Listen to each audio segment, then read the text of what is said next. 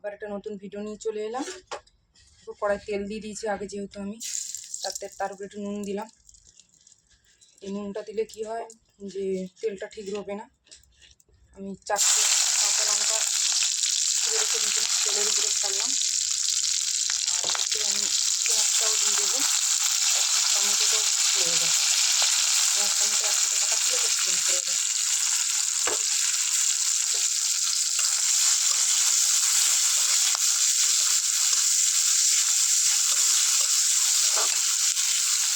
আর এইটা ভাজা ভাজা হয়ে গেলে আমি এরগুলো এবারে চিংড়ি মাছগুলো আমি কেটে দিয়ে পরিষ্কার করে নুন হলুদ মাখিয়ে রেখেছিলাম, এগুলো দিয়ে দেবো। আমি আলাদা করে চিংড়ি মাছটা ভিজে নিই। পেঁয়াজগুলো একটু লাল লাল হয়ে গেছে। এবারে এদিকে চিংড়ি মাছ আর একটু মাছের তেল ছিল দিয়ে দিলাম।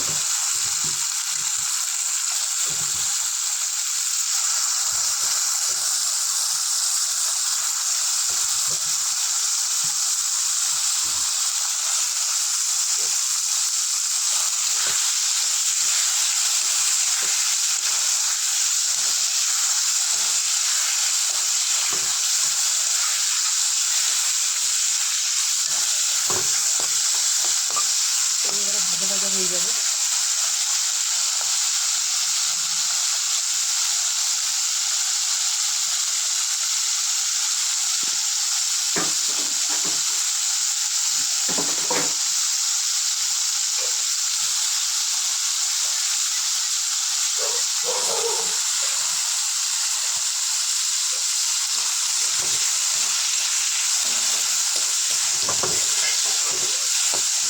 কালো কালো কোনো লাগবে বলে কিন্তু মাছের তেলটা আছে, সেই জন্য চিংড়ি মাছটা একটু কালো কালো লাগবে।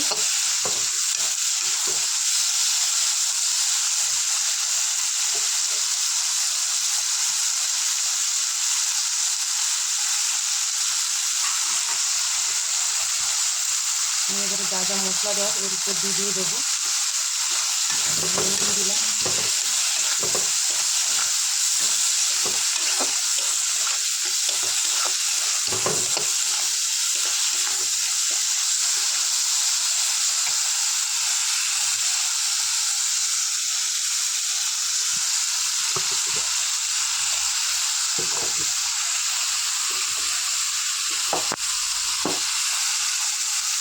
গ্যাসটা অনেক বাড়ানো হয়ে গেছে তো, এই তাড়াহুড়োর সময় 3:30 বাজে।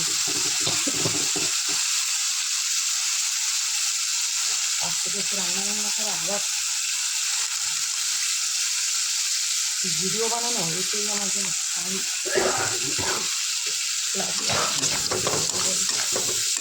কষ্ট করতে গেলে তো করতেই হবে বলো। কষ্ট করলে তবে কিছু মিলবে। কতদিন বলো কষ্ট করে যাব, সারা জীবন করে যাচ্ছি।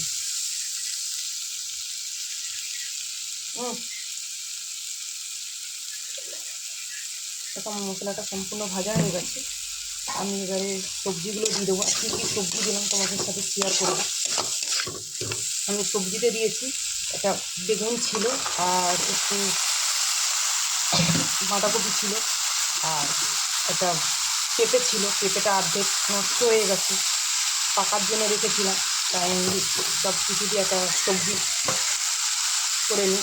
আমি অর্ধেক ভালো আছে, অর্ধেক ফেলে দিয়ে কী করবো বলে, একটা সবজি হয়ে যাবে।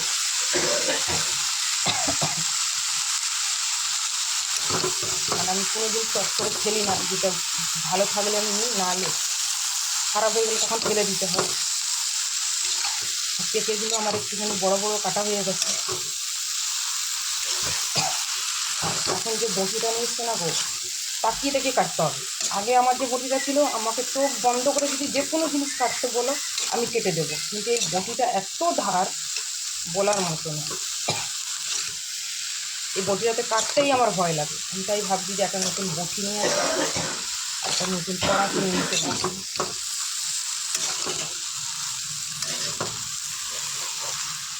আমার এই সবজিটা হতে থাকো, তোমরা দেখতে থাকো।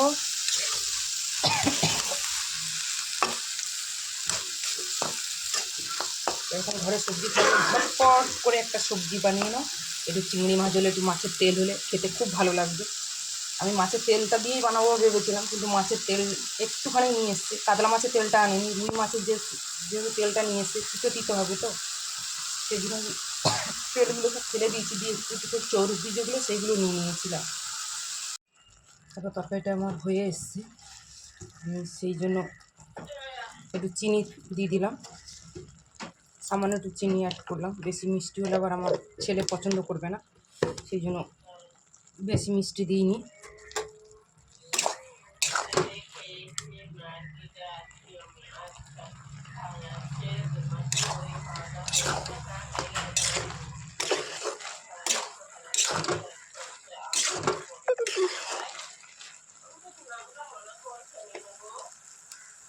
বলে দাও।